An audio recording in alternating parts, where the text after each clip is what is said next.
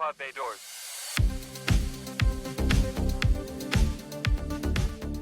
Greetings and welcome to another exciting episode of the Cinematic Traveler. I am your intrepid movie exploring host Chris, and on this special episode I am going to be bringing you my review for a film recommended by last month's movie quote contest winner.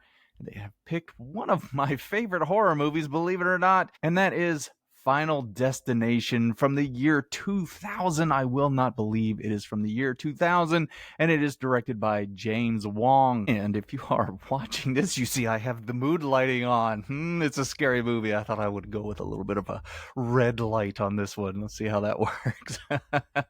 Hey, don't blame me. Amazon lets me buy this crap.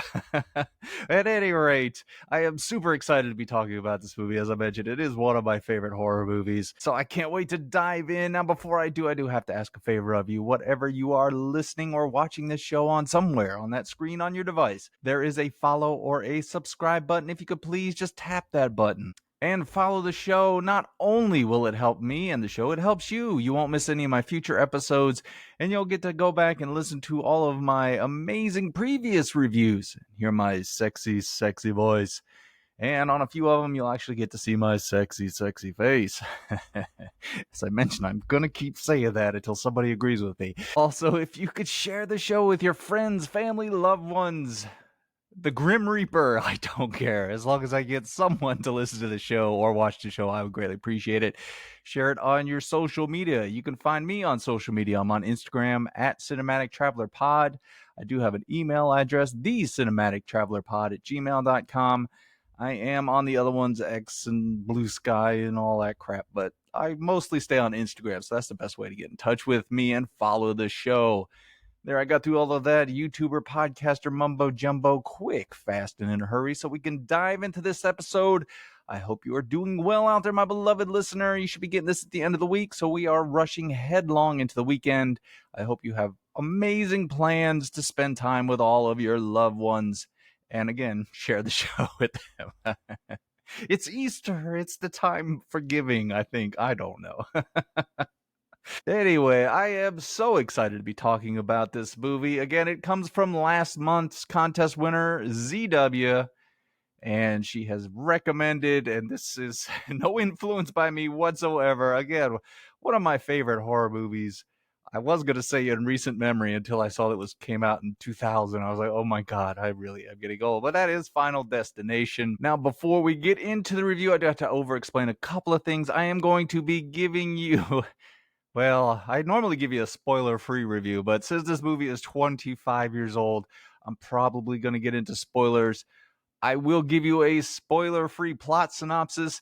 Now, in that plot synopsis, I have hidden one movie quote. If you can identify that movie quote and get in touch with me through the various means I have given you at the beginning of the show, I'll give you a point. And at the end of the month, I add up all the points, and whoever wins gets to pick a movie for me to review next month. How exciting! How exciting is that? Audience participation. It's a wonderful, wonderful thing. And it lets me know you're out there as I sit behind my fort of blankets with my little red light on. I know it seems a little uncool, but isn't that the best time of the week to be uncool with Chris? Okay, I know, I hear you. Let's get on with it already, and I agree. Let's talk about Final Destination. Yeah, it's going to be fun on the bus. And once again, this did come out in the year 2000, and it was directed by James Wong, who has done a few movies. He actually did the third movie in this series. He also did a movie, I don't know if y'all remember this one, entitled One, starring Jet Li. That's a pretty good movie. I talk about multiverses and all that before that became all the rage in superhero movies. But yeah, that's a good one. If you haven't seen that, check it out. It's with Jet Li, The One. He also worked on The X-Files back in the day, and that's kind of where this movie came from. He proposed it as an episode of The X-Files, but then decided to make it a feature-length film, and I am grateful that he... So we open the movie meeting Alex, played by Devon Sawa, heading to the airport to join his senior class for their big trip to Paris. As the plane takes off, it is suddenly engulfed in flames and explodes, killing everyone on board. But wait. This is all a vision that Alex has while waiting for the plane to leave. He naturally begins to panic and is thrown off the plane with his best friend, a few fellow classmates, and one of their teachers. Now, as everyone is yelling at Alex for costing them time in Paris, croissant, the plane does explode and it does kill everybody on board. The survivors are left to deal with the emotional aftermath of the crash, but they are about to learn you might be a king or a little street sweeper, but sooner or later, you dance with the Reaper. Hint, hint. That's a good one. That's a good one. It seems death did not mean for them to live, and has now altered its plan to bring them into the afterlife. Instead of offing them all at the same time, no, death begins to pick off the survivors one by one in more and more elaborate ways. After a chance encounter with the local funeral director, Mr. Bloodworth, played by the late, great Tony Todd, Alex begins to unravel Death's plan, and it's up to him to convince his companions to believe his outlandish ideas before it's too late. Will Alex outwit Death and save his friends, or will the supernatural anesthetist, if he wants you to snuff it, all he has to do is puff it? He's such a fine dancer. You might get a bonus point for that one. What was I saying? Okay, will the supernatural anesthetist complete its diabolical plan that it's set in motion on that ill-fated plane trip? Now, normally I wouldn't answer those questions to spoil the movie, but if you have made it this far, I am probably going to get into spoilers in my main review. So if you haven't, go watch the film and come back and finish this episode, or venture on at your own risk. Now that looked really good because of the red light. So if this is a podcast, you're not getting any of that. All right, now let's go ahead and talk about the positives of Final Destination. Sounds pleasant. And as I have mentioned earlier, I do love this movie, so this is going to be very difficult for me not to fanboy out on this movie, but I really do love this flick. I'm going to start with the cast. I think they have assembled a really good crew here. You've got Devon Sawa as Alex, our main lead, our hero of the story, who has the visions and is trying to figure out Death's plan. I think he is very convincing in that role. He is burdened by the death of these friends on this airplane, and then the death of the survivors one by one. Plus, he has the FBI coming after him because they think he's behind everything. So you could say he's got a lot on his shoulders. I think Devon does an excellent job here of making you root for him. You buy into all of his figuring shit out. Plus, you feel for the guy. I mean, his best friend dies in a horrible way.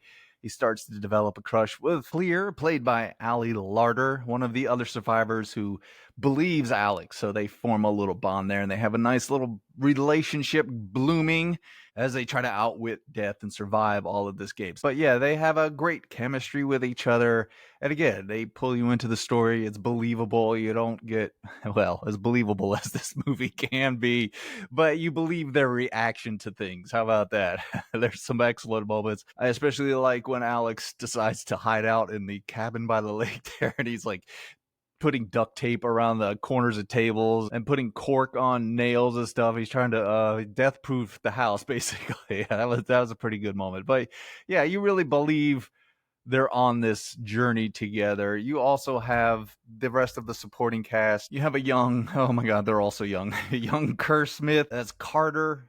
He's sort of, I guess he's kind of a bully. Maybe he's just this rebel, tough kid in the school that survives, and it's the beginning. They're kind of at each other's throats, and he's picking on one of the other characters and stuff, and he's not buying into any of Alex's bullshit about Death's plan and all that stuff. He's like, I'm in control of my life. But slowly he starts to come, especially all the stuff that is happening, he comes around, and they actually form a friendship in this movie. But yeah, it's nice to have sort of the antagonist in the group outside of Death that is killing everybody. It just adds a little conflict, makes it, again, a little more believable, because you have people reacting in a way that you would think a reasonable, rational human being would act.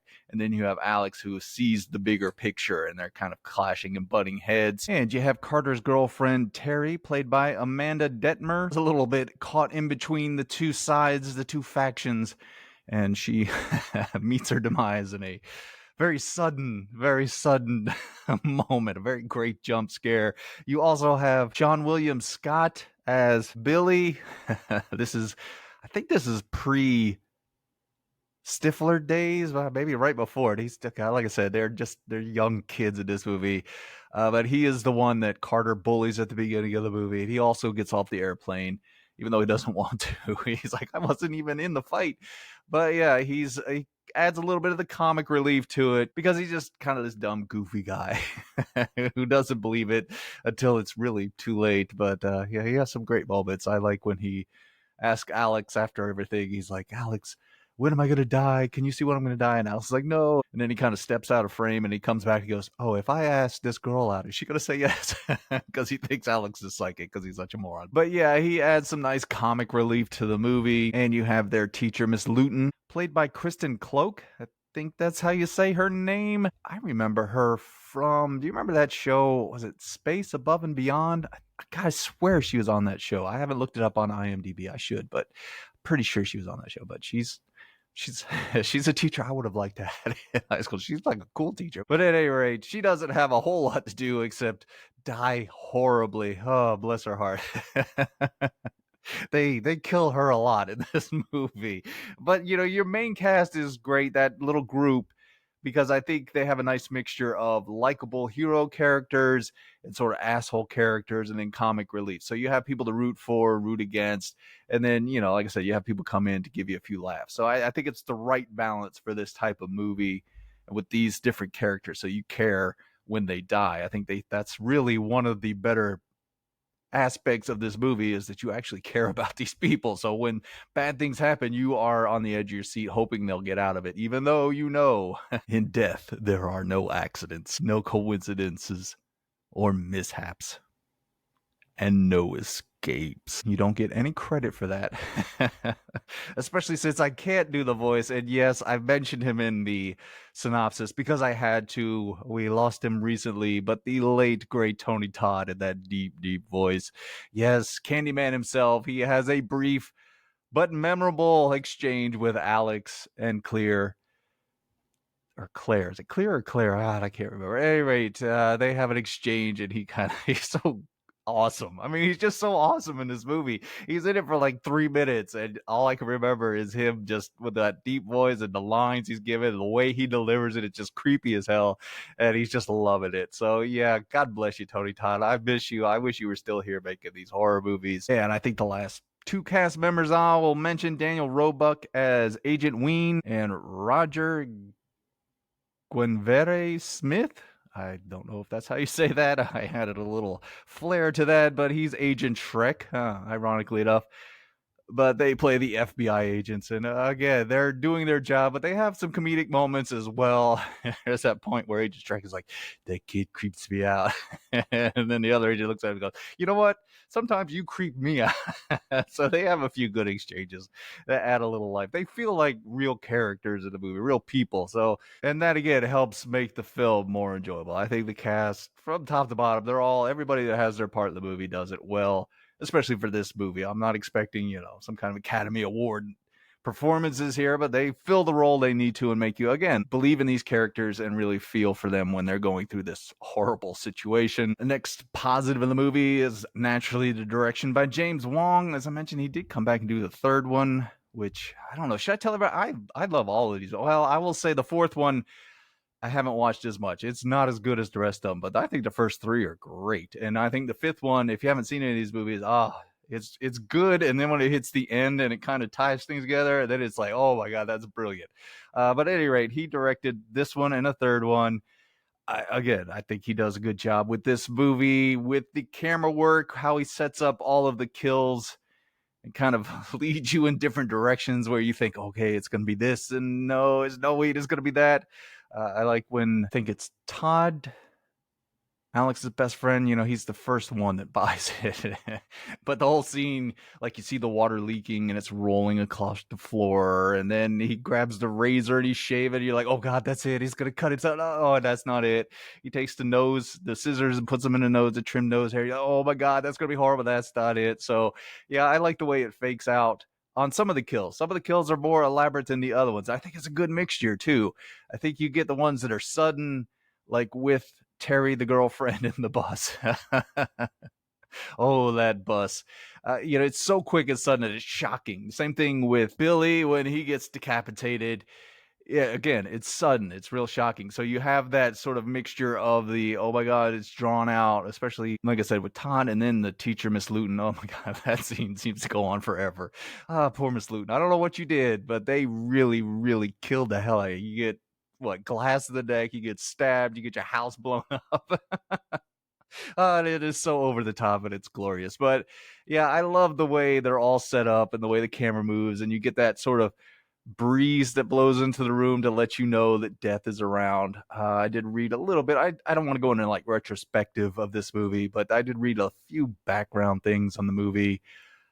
One of them was they were going to have death sort of be more of an entity in the film. You get a little bit of it early on with Todd's death, where you see just shadows. I think you see a little bit of that with Miss Luton as well, but they decided to scale that back and keep it a little more ambiguous, which makes the movie more fun, a little more scary, because you're sort of a step ahead of the characters. Because when you do see that breeze blow in and doors start to move, you're like, oh shit, something bad's gonna happen. Get out of there quick.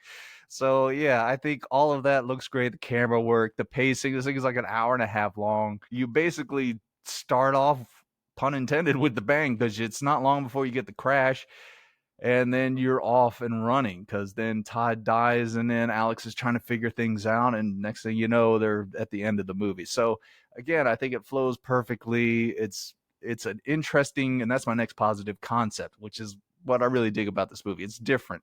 It's a different type of horror movie. It's not a slasher. It's not some kind of serial killer. There's really not a killer for them to go stop. It's death, and they just have to use their brain to outwit this thing and outsmart it and figure out what the next play is on its chessboard. You kind of got that game going where, okay, if I move here and death goes there, which way do I move next? So I really did enjoy the concept of this movie, especially when it came out. It was just, as I said, it was different. I've liked each one ever since. Again, I will say the fourth one, I remember the car race and the car wreck, but I don't know. After the third one was so good that I think I've just kind of lost interest with the fourth one. But I know I don't think they're rebooting. You can't really reboot this franchise, I guess. You just have a new version of the story. But they're doing another one this year, which I can't wait to see. I've seen the one trailer and I'm not looking at anything else because I want to be surprised when I go see it. Because like I said, I enjoy the hell out of these movies. They're all on HBO Max or whatever right now. And after watching the first one, I'll probably watch the rest of them. The second one will make you not want to drive behind any log trucks when you're out on the interstate. The third one will make you choose what weightlifting equipment you want to use in the gym. But yeah, I love these movies, and I just, like I said, I enjoy the premise because it's just trying to stay ahead of death, and that's just something different. You know what I mean? Now moving into the negative for Final Destination. Uh-oh, I don't like the sound of that. And this was very hard for me to do, because I mentioned, in case you haven't heard me say it 1,000 times, I love this movie, so it was a bit tough. I will say, yes, you do have to buy into the premise and the silliness of it. There are a lot of these deaths that are like, okay, that wouldn't work. You could get out of that pretty quickly. So you got to kind of buy into what's going on in the movie, which I do. It's fun, and they're trying to let you know it's fun as you're going along in the movie, and you're trying to solve the mystery with everybody else. But if you can't buy into that, then you're probably not going to enjoy this movie. I'm trying to think of what any real negatives of this movie are. At the moment, with Tony Todd, as much as I love it, it always seemed weird because Alex and Clear, they show up and it's Todd's body. His best friend's laying there, and Mr. Bloodworth is putting in the embalming fluid, I guess. And it's pretty nasty, gross seeing it. They're just having this normal conversation. I'm like, man, it's your best friend who just died. You'd think you would have some struggles talking in that room right at that moment. I couldn't do it, but I understand they were just trying to get a little exposition in there. But yeah, that one always seems a bit weird to me. Some of the FBI plot, I liked it all the way until the end when they just sort of drop it after everything is resolved. You never get anything clear about why they, stopped looking at Alex. Did everything stop after that? It kind of gives you the happy ending almost until it doesn't at the very, very end, but it kind of wraps up real quick at the end. So I wish they'd maybe giving us a little bit more of that. Again, that's not nitpick more than anything. Honestly, I don't know what else to do for a negative. I have a question, ladies. If a guy grabs a downed power cable and basically dies to save your life and then comes back to life, you are obligated to go out on at least one date with him, right? I'm asking for a friend. That might be my new strategy in my dating life. Look out, there's a power cable. Let me grab it. Okay, now we're going to go to dinner, right? Right. Let me know if that'll work. Is that a good idea or not? So, I'm going to give you a gore score on this film because it is a horror movie. This is the only thing I give a number rating to. 1 is maybe a little or no gore, and a 5 is like Terrifier 3 type of gory movie. This one I'll go with about a 2. You got a decapitation in it, so that has to bump up the number a little bit. And then there's some blood and some stabbing and stuff like that. So if you're not big into gore, this isn't over the top gore, but just be warned, there are some violent, bloody scenes in this film. But for my final review for Final Destination, I mean, come on. If you could tell by now, go watch this movie. If you haven't watched it in a while, go watch it again. Go watch them all again. Enjoy them. Enjoy the schlock that they are. It's wonderful. It's the right kind of schlock. They know exactly what they're doing in these movies, especially the first one. I love the setup. The characters are great. All the deaths are a lot of fun. If you haven't seen the movie and you have made it this far into the review, I don't know why you didn't stop and go watch it, but go watch it. It's a lot of fun. It's a different type of horror movie. And I think that's what really makes it stand out for me again, it's just something outside of the box to make you go, oh, all right, we don't have a slasher and we don't have Hannibal Lecter or anything like that. So yeah, this is a lot of fun. I enjoyed watching it again. Thank you, ZW, for recommending it. It's hard to review these types of movies because I do love them so much, so I can't really find a lot of negative or be super critical about this movie. Yeah, I love Final Destination. I can't wait for the new one to come out. So yeah, anyway, that wraps it up. Go watch Final Destination and enjoy the mayhem and Tony Todd. God bless him. God, he left us too soon. So that wraps up our special movie quote contest winner review, whatever we want. I need a better title for it. And if you're still with me, then I must have done something right. And if I did, again, please follow the show, subscribe, leave me a rating, tell your friends, family, tell everybody, share it on social media, find me on social media. How much more can I beg? How much more can I beg? Let's see, for my next episode this weekend, I will be reviewing Sinners just in time. Speaking of Easter, we have a movie entitled Sinners coming out. That looks pretty good with Michael B. Jordan, sort of a horror movie, I guess. Well, it looks like a horror movie, but yeah, it looks like it's going to be a fun time, and I can't wait to see them bring that to you. That'll probably be Sunday or Monday morning, so you definitely want to be looking out for that. Before I go, I want to thank you for taking the time out of your day to listen and watch my show. I greatly appreciate you as an audience member. I tell everyone I know I've got the smartest and sexiest audience in all of the YouTuber podcaster universe, and you never fail to live up to those high standards. Now, as you are traveling around on this blue and green ball, bouncing through the cosmos, trying to stay one step ahead of that wily Grim Reaper, I need you to do one thing for me. Go out there and do that voodoo that you do so well. All right, show's over. I'm tired.